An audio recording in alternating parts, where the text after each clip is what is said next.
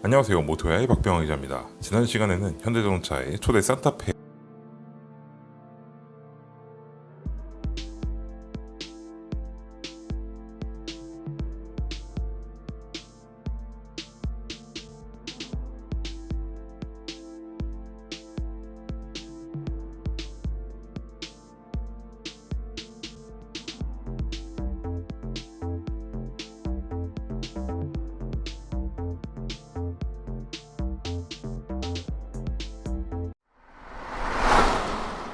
지금은 현대차 그룹의 일원이지만 과거 기아는 일본 토요공업과 미국 포드 자동차와의 관계를 바탕으로 성장하고 있었던 기업입니다. 기아 최초의 승용차인 브리사부터 최초의 사륜차인 복사, 그리고 기아 마스터 3류차 등등이 모두 토요공업의 차량을 일부 개소해서 생산한 모델이고, 1980년대 신고보 정권의 자동차공업 통합 조치로 승용차 생산이 막혀버린 기아에게 구세주가 되었던 봉고 또한 마스다의 모델을 면허 생산한 것이죠. 그리고 1980년대 후반에 등장한 대표격 소형차인 프라이드는 마스다가 설계하고 기아가 만들어서 포드가 판매했던 월드카로 전 세계의 기아의 역량을 증명하기도 했습니다.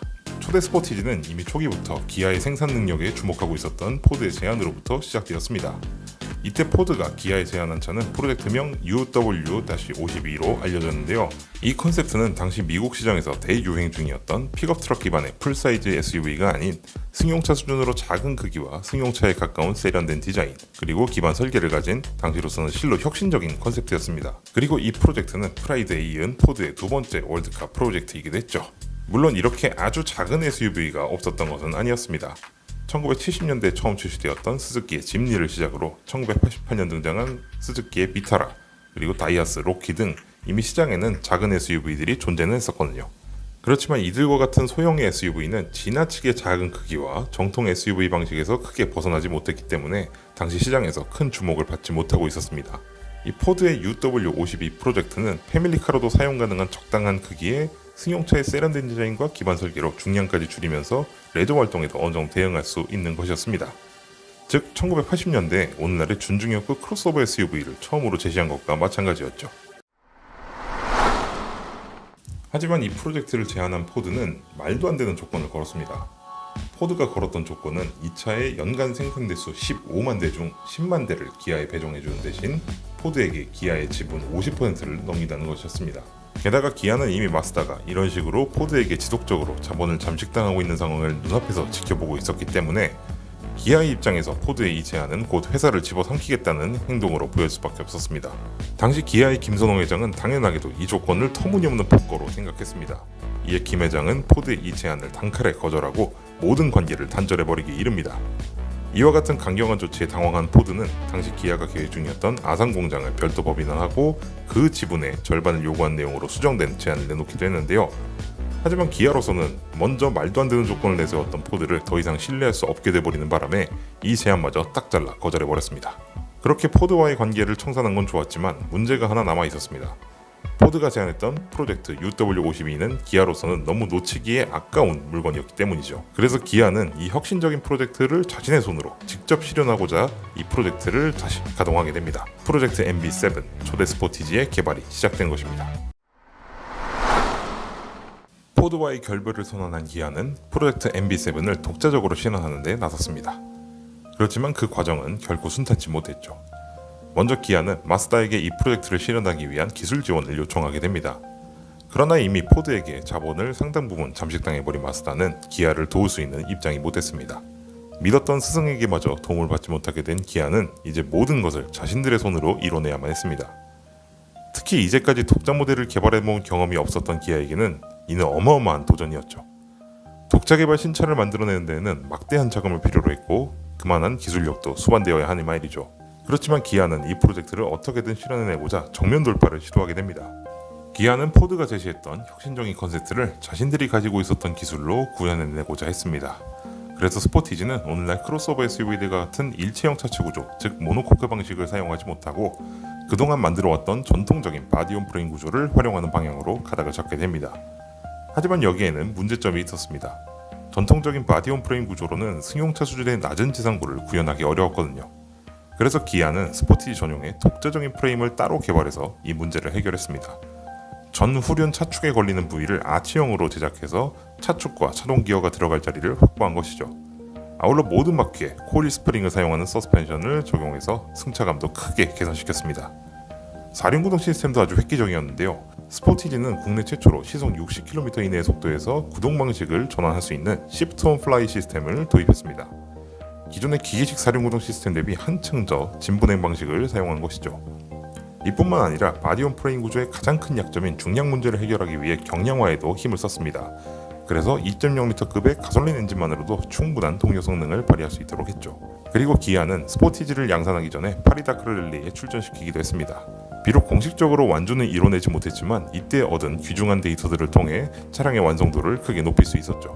이렇게 스포티지는 비록 구조적으로는 과거의 방식을 고수할 수밖에 없게 되었지만 이를 최대한 유효하게 활용해서 경쟁력 있는 제품으로 완성시켰다는 점이 가장 큰 의의라고 볼 수 있겠습니다. 그리고 스포티지를 개발하는 과정에서 얻은 경험은 국군의 K131 기동 차량의 설계에도 활용되었죠. 그리고 차명인 스포티지는 스포츠, 대중, 명품을 각각 합성한 단어로 레저와 스포츠를 즐기면서도 합리적인 가격의 브랜드를 선호하는 메스티지 계층을 겨냥한 차라는 의도가 담겨 있었습니다. 엔진은 초기에는 콘코드에 탑재했던 2.0L SOHC 가솔린 엔진을 사용했고 이후 DOHC 엔진도 추가시켰습니다. 그리고 1994년도에는 베스타에 사용하고 있었던 마스다제 2.2L 디젤 엔진이 추가되었고 1997년도에는 2.0L RT 디젤 엔진이 적용되는 등 엔진 라인업을 꾸준히 확충해 나갔죠. 차체는 기본 5도어 사양과 더불어서 3도어 소프트톱 사양은 물론 트렁크 공간을 늘린 롱바디 모델까지 판매되었습니다. 1991년 스포티지의 프로토타입을 완성한 기아 자동차는 당시에는 세계적인 모터쇼로 손꼽혔던 도쿄 모터쇼에 이 차를 출품하게 됩니다. 극동의 작은 나라에서 스스로 만들어낸 이 혁신적인 컨셉트의 SUV는 등장과 동시에 세계 자동차 산업의 이목을 끌게 됩니다. 하지만 스포티지는 양산화에 시간이 오래 걸린 탓에 결국 양산차는 1993년 하반기가 돼서야 국내 시장에 선보이게 되었고 수출은 그보다 훨씬 더 늦은 1995년도가 돼서야 이뤄지게 됩니다.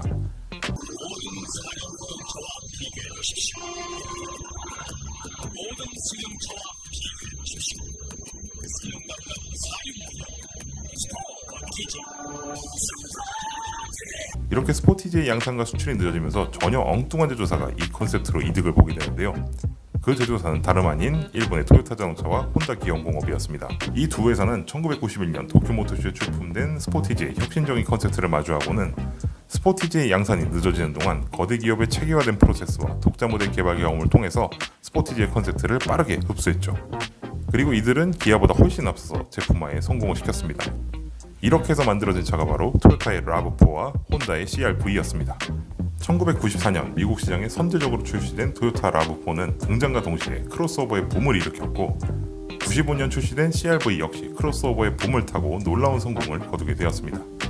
본래 스포티지가 노리고 있었던 시장을 이들이 빠르게 선점해버렸던 것이죠. 물론 스포티지도 1995년 하반기부터 미국 시장에 진출했습니다만 앞서 출시된 두 차를 뛰어넘기는 어려웠습니다. 그렇다면 80년대 후반에 이 혁신적인 컨셉트를 고안해낸 포드는 과연 어떻게 됐을까요? 프로젝트 UW51을 빌미로 기아를 집어삼키려다가 실패하고 그 컨셉트마저 엉뚱한 제조사들에게 빼앗겨버린 포드는 기아의 스포티지를 리베징해서 판매하려고도 시도했으나 조건이 맞지 않아서 이마저도 무산되었고 결국 마스다와의 공동개발로 방향을 틀어서 2000년에 와서야 출시한 포드 이스케이프를 통해 프로젝트를 겨우 마무리 짓게 됩니다. 그럼에도 불구하고 스포티지는 자동차 선진국인 북미와 유럽 지역에서 상당한 관심을 끌게 됩니다. 적당한 크기에 전통적인 바디온 프레임 방식, 그러면서도 세련된 디자인과 편의성을 겸비한 스포티지는 내수 시장보다는 해외 시장에서의 반응이 더 좋았던 차종 중 하나입니다. 또한 1998년부터는 미국 소비자 문제 연구기관인 인텔리 초이스사가 선정한 소형 4륜구동 차량 부문에서 2년 연속으로 가장 가치 있는 차에 선정되기도 했죠. 이 외에도 기아는 독일의 코치빌더 카르만에게 1995년부터 1998년까지 스포티지의 생산을 위탁하면서 유럽 시장까지 진출했습니다. 스포티지는 생산 시작부터 단종까지 약 54만 대가 판매되었는데 이들 중 무려 45만 대가 수출 물량이었으니 기아로서 나름대로 굉장한 성공을 거둔 셈이었습니다. 기아 자동차의 첫 독자 개발 SUV 모델인 스포티지는 기아에게 있어서 그 의미가 각별한 차라고 할 수 있습니다. 전 세계의 대중에게 도시명 컴팩트 SUV의 개념을 처음으로 알린 차라는 점 하나만으로도 상당한 의미가 있죠. 스포티지의 이름은 탄생 30주년을 맞는 오늘날까지 기아의 대표적인 SUV 모델로서 그 활약을 이어나가고 있습니다.